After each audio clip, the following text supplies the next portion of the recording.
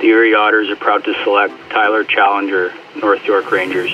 Ty is a guy that, I can remember on a couple occasions this year going to watch games where he came down in the wing and cut to the net. And for lack of a better word, I'll call it, there was some carnage around the goal crease area. And I think one of the things that I think, sometimes you miss in your team is the willingness to go to those dirty areas to score goals. And we always talk about it.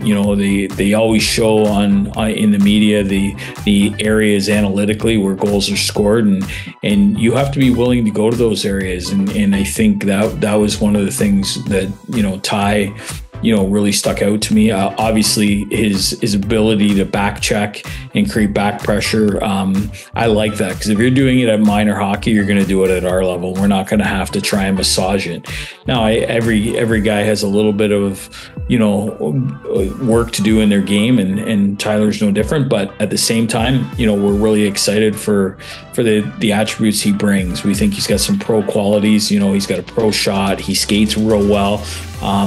So you know what, it's going to be there. Hey, he's got some growing to do as well, but we're real excited for this year for him. And, we hope to surround him with some really good players that allow him to progress, throughout his junior career into what he aspires an NHL career. Lucas Ambrosio is the choice for the Otters, taken there with the 25th overall selection. Yeah, well, I think we knew at that point that there was some, obviously we liked him a lot more than that spot where the number was. I feel comfortable in saying that for sure, but, and there's some learning that, and I guess impressing that we have to do on our end to show the family and everybody involved that, hey, listen, it's not just a slam dunk that you're going to come to Erie and sign. And I think that's one of the things we have to show them why Erie is great for them. Not only as player, but as family. And I think that's one of the things that we're really doing. We try to do that with all our players, but we felt it was really important in this case.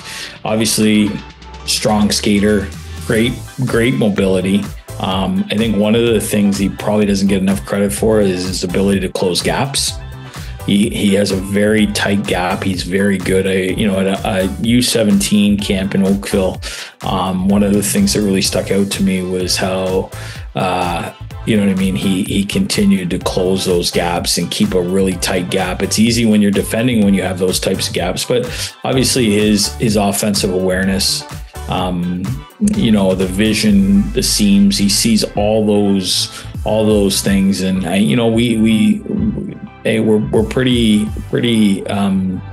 lucky to have guys like Matthew Schaefer right now, Alex Davio, some offensively gifted and thinking offensive guys. But we think this guy could be the next piece of our puzzle as we proceed forward. So definitely somebody who we're real excited for. We think his upside is huge, and look forward to proceeding forward with him.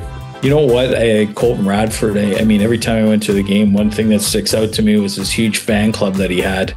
He had a following, a family. It was fantastic. So, there was Radford jackets all over, and but I think he's one of those guys. He got a pro frame.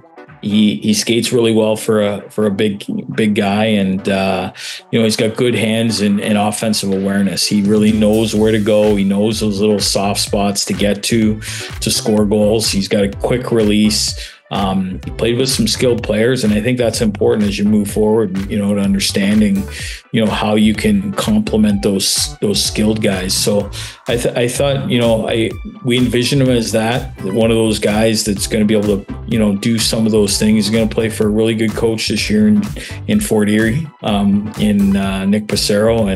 And I think we're real excited. We've had some really good successes there with Nick, and we're excited to see him, Colton, continue on with Fort Erie Meteors this year, and hopefully be a part of our team here moving forward.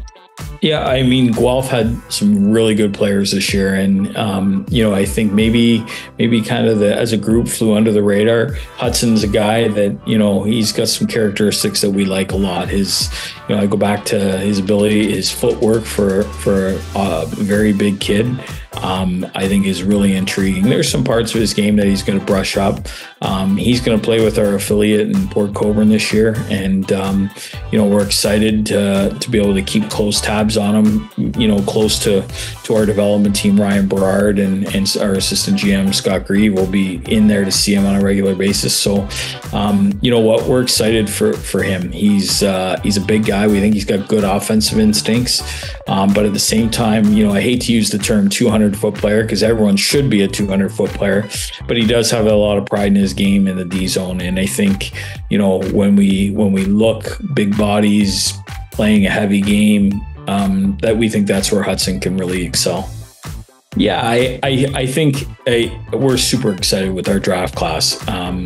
We, sometimes when, early, just after 17 there, and we were a little pick depleted, we became really pick depleted after 17, where we really, I don't think anybody was suspecting that we were going to go through that time, but been a lot better managing our picks as of late, and we now have a really good installation of veteran players, and we think we have our succession planning all the time in place. And I think what it does is it gives us that ability to bring in our young players in situations where they're going to be ultimately successful, and we can build their confidence, and confidence is a big thing. We really like this group as a whole. We're going to be careful with them to make sure that we don't rush them. And we're going to really stress the process as opposed to, the result. Sometimes results happen in weird ways. Often it involves failure, and we're excited about the future, and we can accept some failure for long-term success. So we're real excited for this group.